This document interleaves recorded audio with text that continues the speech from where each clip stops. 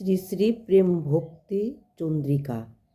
পিত পিত ও দূরে পিত ও দূরে তিনি পিত বস্ত্র পরিধান করিয়াছেন। তিনি পিত বস্ত্র পরিধান করিয়াছেন। তাহার অঙ্গে মণিময় অলঙ্কার সমূহ শোভা পাইতেছে। বৃক্ষে কৌস্তভ মণি রিক্কক করিয়া জ্বলিতেছে। আর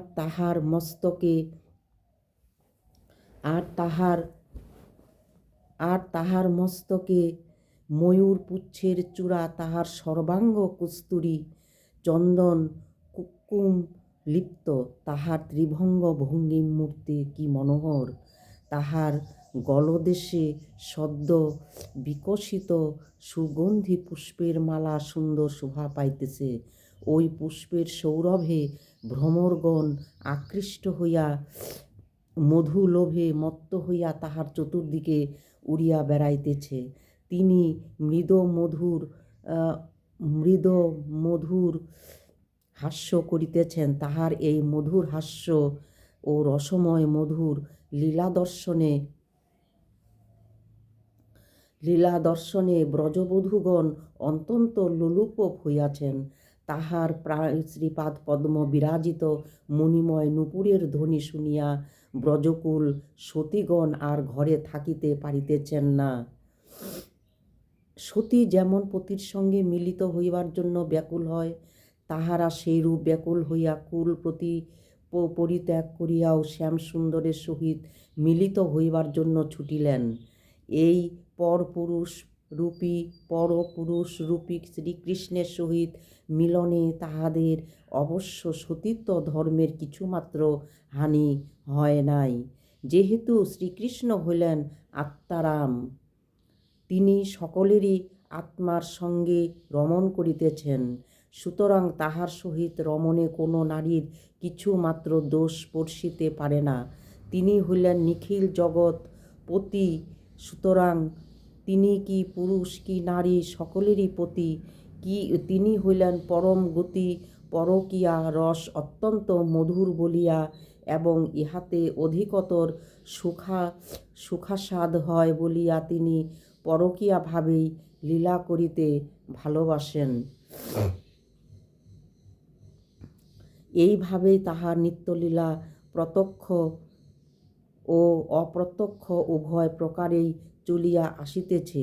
যোগমায়া নাম্নী তাহারই অচিন্ত শক্তি প্রভাবে এই লীলা সংগঠিত হইয়া থাকে।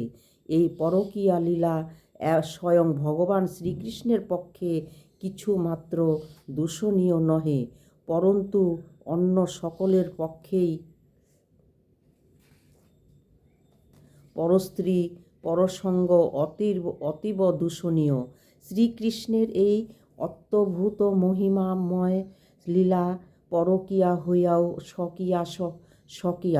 স্বকীয়া হইয়াও পরকীয়া। ইহা গঙ্গাজলের ন্যায় পরম পবিত্র ও বিশুদ্ধ স্বর্ণের ন্যায় পরম নির্মল ও সমুজ্জ্বল।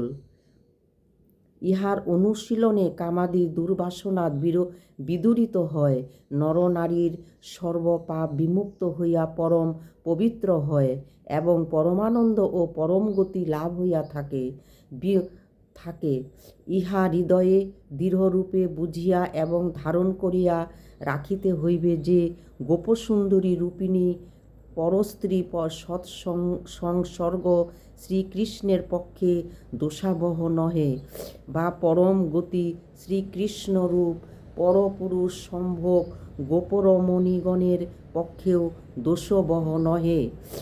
গোবিন্দরয় শ্রী গোবিন্দের দেহজীবের ন্যায় জড়দেহে নহে। ইহা সচ্চিদানন্দময়, অপ্রাকৃত এবং নিত্য, অর্থাৎ ধ্বংসরহিত। তাহার পরিগণের শরীরও তদ্রূপ বৈকুণ্ঠাদি সর্বলোক পরি অবস্থিত মহাজ্যোতির্ময় ধাম। শ্রী বৃন্দাবন হইতেছেন তাহার আবাস সুসজ্জিত তাহার আবাসস্থান। সেখানকার তরুলতাগণ সব ঋতুতেই সমানভাবে ফল ফুলে সুসজ্জিত হইয়া রহিয়াছে।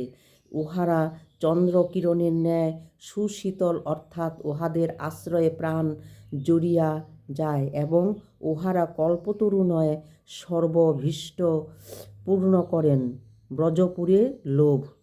রে মন, তুমি অন্য কোনো বস্তুকে লাভ না করিয়া কেবলমাত্র ব্রজগোপীগণের